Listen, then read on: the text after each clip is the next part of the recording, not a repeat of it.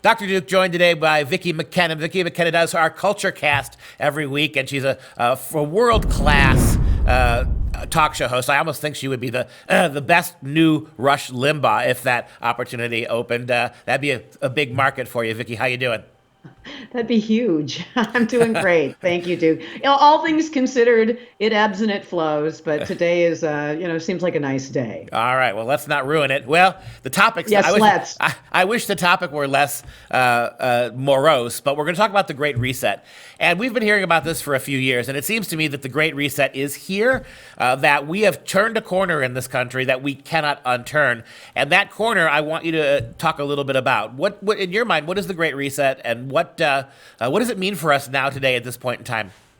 It sounded like a bunch of conspiratorial nuttiness. This is something that came out of, I believe the first time the phrase was used was at the World Economic Forum.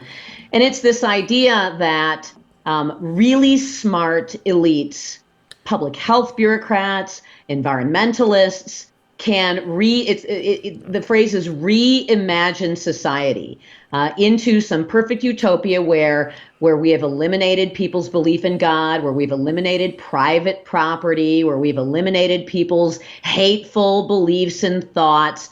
And it was, it's this futurist stuff. Just when it was talked about a few years ago, it sounded like futurist silliness. And now after COVID, which I'm calling the forever COVID world, now that we see what people were willing to oblige, the demands they were willing to oblige by government, by private businesses, the folks who were talking about the Great Reset, and we're talking powerful people like Bill Gates and Prince Charles and John Kerry. Now we're not talking about cranks and kooks.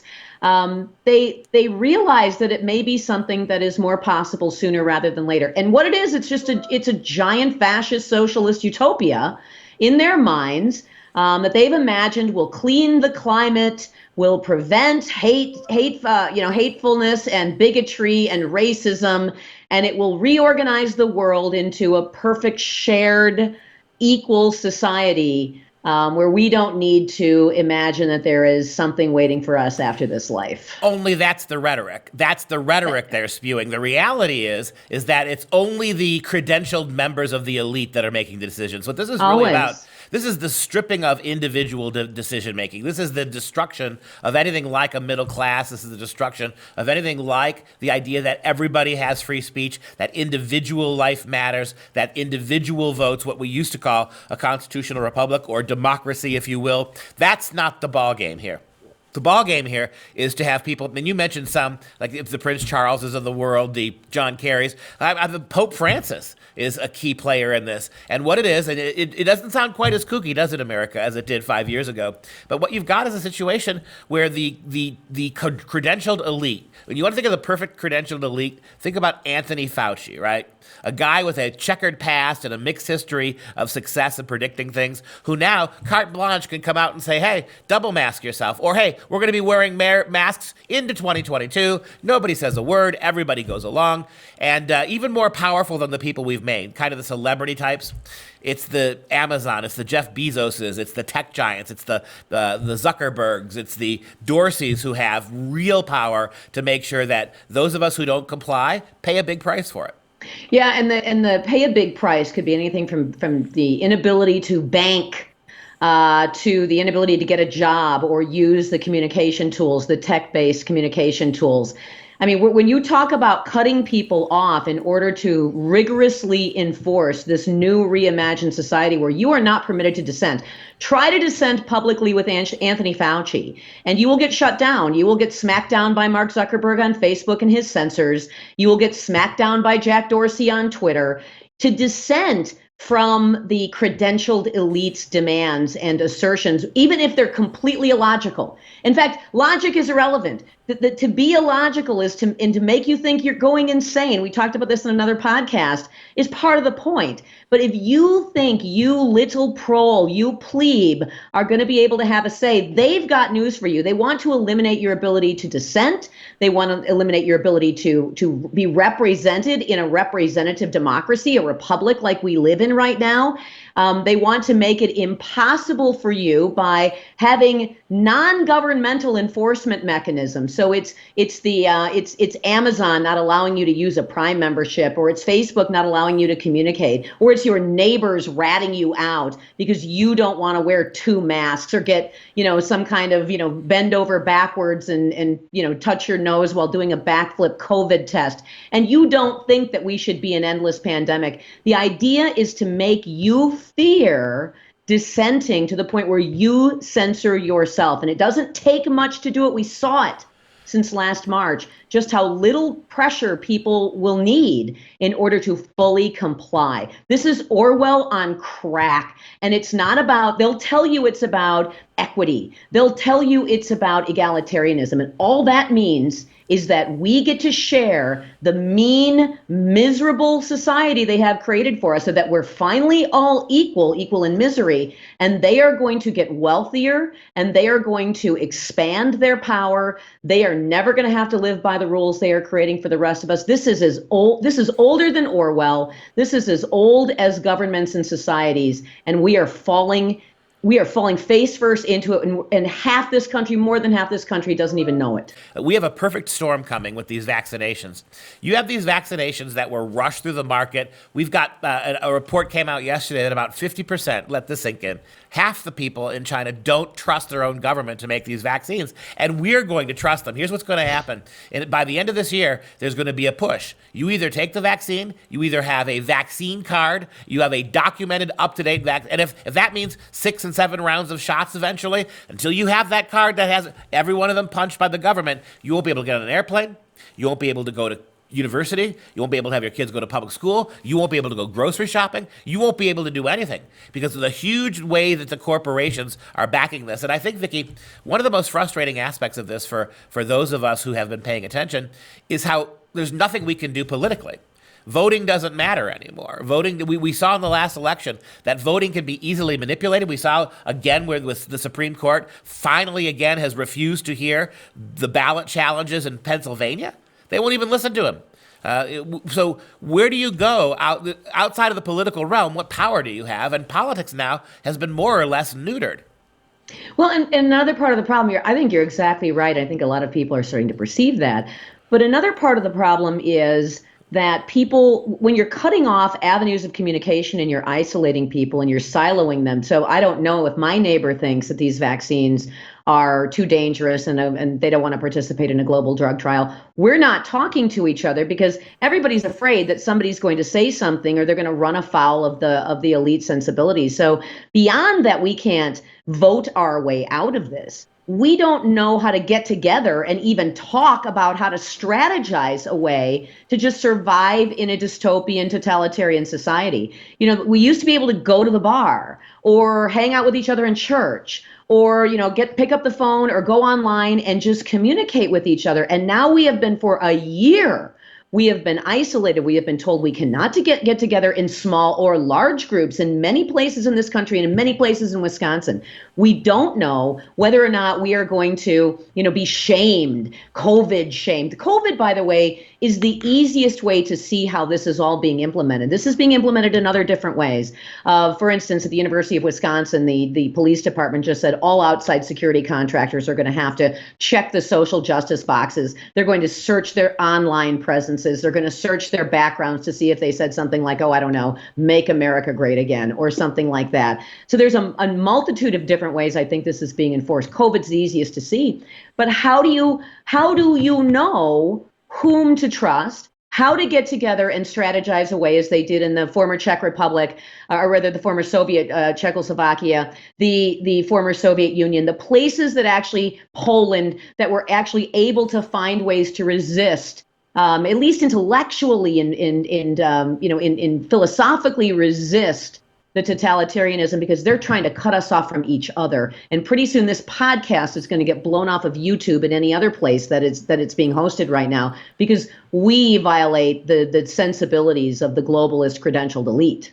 Well, you mentioned the former Soviet Union, and what they had going for them, places like Poland, is they had us. They knew there was a receptive Good point. power in the world who was sympathetic, who would try to help them, who would smuggle in Bibles if necessary, and blue jeans for that matter. You don't have that anymore. This country, when it's gone, and it's going, there's nothing left. And what's really Orwellian to me, you mentioned the crazy things they ask you to believe, and you dare not challenge them. The biggest lie in America today, besides COVID, is the lie of there's this huge problem with white supremacy in this country, that there are white supremacists everywhere, there are Nazis everywhere, and meanwhile, the people acting like supremacists and acting like Nazis are the progressives. And Biden comes out and says that we have a problem with white supremacy in America today because of retired policemen and retired soldiers. Police and soldiers, they're the reason. They're, by default, those organizations turn their followers, turn their employees into white supremacists. This is a scathing lie. This is slanderous. It's untrue. It's dangerous. He says it, nothing happens. What does happen is now you're very skeptical about our soldiers. Now you're only allowing certain soldiers go to protect the Capitol. Too many white soldiers, maybe too many Trump supporters. Orwellian is, like you said, isn't the word for it anymore. It's beyond Orwell. And think about the police and the soldiers as well. So now you have people who don't trust, people who are, also we've had, 4 generations of a dumbing down in the American K-12 education process. So people don't know their history and they don't know how to counteract these arguments. Frankly, some of them don't know how to make an argument in the first place. So that's part of the problem. They may believe the propaganda, but then there are people who don't, and they want to support these institutions. They want to support the police, or they want to support the military. They want to support the institutions that have now been declared en masse white supremacist. So now the people who are in those institutions, the police officers, the soldiers, these are not people who have the capacity to be able to act as individuals within those institutions. So they are being dialed back. They are not able to be the institutions that are go-to institutions in America that we can trust. And think about all of the institutions that helped sort of be a wetlands against tyranny in this nation. They're all being attacked. The family, the nuclear family, the church. In fact, the family is attacking the family as you see they're willing to just simply allow their children to be sacrificed on the altar of this pandemic. The church, you've got clergy themselves who are helping to weaken the church, which is something that didn't happen in the former Soviet bloc countries. The family stayed together. The church was a leading voice in resistance. The police in the United States are a trusted institution that cannot act independently to protect us, to help resist the tyranny. The military is the same way. All of these are now beholden to government institutions. The courts, you cannot trust the courts any longer. We learned in 2020 you can't trust the elections any longer. So every single American institution and cultural institution that we relied on and took for granted, that were automatic sort of buffers from the totalitarian influence and totalitarian inclinations of the credentialed elite, I love how you say that, are weakened or almost totally destroyed at this point. So again, we have to rely on ourselves in small groups. How do you get together when you're not sure if your neighbor is going to be, the 2021 equivalent of the Stasi? And, the schools are the final component in this. When you see what's going on in the schools, that's our future. Think about how teachers now are being told that they must literally condemn their own race. They must condemn and atone for their whiteness. They must become advocates to destroy whiteness. No one's even bothered to decide what that means. And if this level of racism we're seeing directed at these teachers, literally to be white is to be racist. And therefore, you are being punished so many ways if you don't agree to combat who you are. In any other world, in any other time in American history, we would see this as a tremendous violation of civil rights. It is illegal. It is racism being institutionalized, and yet it happens and nobody seems to even complain about it. And I think that's because we've had decades, generations of children being indoctrinated and parents, frankly, mailing off the responsibility to raise their children and teach their children to government schools and then not monitoring what those government schools were teaching their kids. And you're right. Everybody has been reduced to the collective, and the collective, depending on who you are and depending on what we're talking about, the collective is your skin color. So you can never rise above the declared condemnation of your skin color. And so you can't say I'm an individual, I do this, or I've got a great record, or I've never done anything racist in my whole life. It is totally irrelevant, and it is meant to be completely illogical. And you're meant to be frustrated by it, and you're meant to try to kick back and then be called, be isolated, and be canceled, be targeted, be made a mocking horse, and then be canceled. I mean, it didn't happen overnight, folks. It's been coming on, this culture in all of Western civilization. It's not just America, but we were the ones who thought we could resist it. But it's been coming on for a couple of generations, and it's going to be very, very difficult to survive. It'll be even harder to undo. I mentioned this earlier on your program, earlier this week, that what we're teaching kids about whiteness, about hating certain kinds of people, that's nothing different than was taught in the Hitlerjugend, what little German kids were learning it's exactly the same thing, what they were learning in the 1530s, just 13 in the 1930s. Just substitute, please, the word Jew for white now, and you'll see that it's the exact same very, very dangerous type of language. Sooner or later, that language goes from metaphorically hating to actual physical violence. It's begun. Hey guys, thanks for watching. Most of you know our show is being censored by big tech. While this makes it harder to meet the cost of producing the show, that's part of it. It also demonstrates that we must be having tremendous success, or they wouldn't bother to try to shut us down. If you like hearing truth and common sense with a love for freedom, please join the Patriot Club with a one-time $99 tax-deductible donation. And you'll get this sweet vessel of joy as part of a thank you for joining the Patriot Club. Etched with the American flag and the words freedom never tasted so good. All you have to do is visit patriotclub.us and become a Patriot member today. That's patriotclub.us. Thank you and God bless.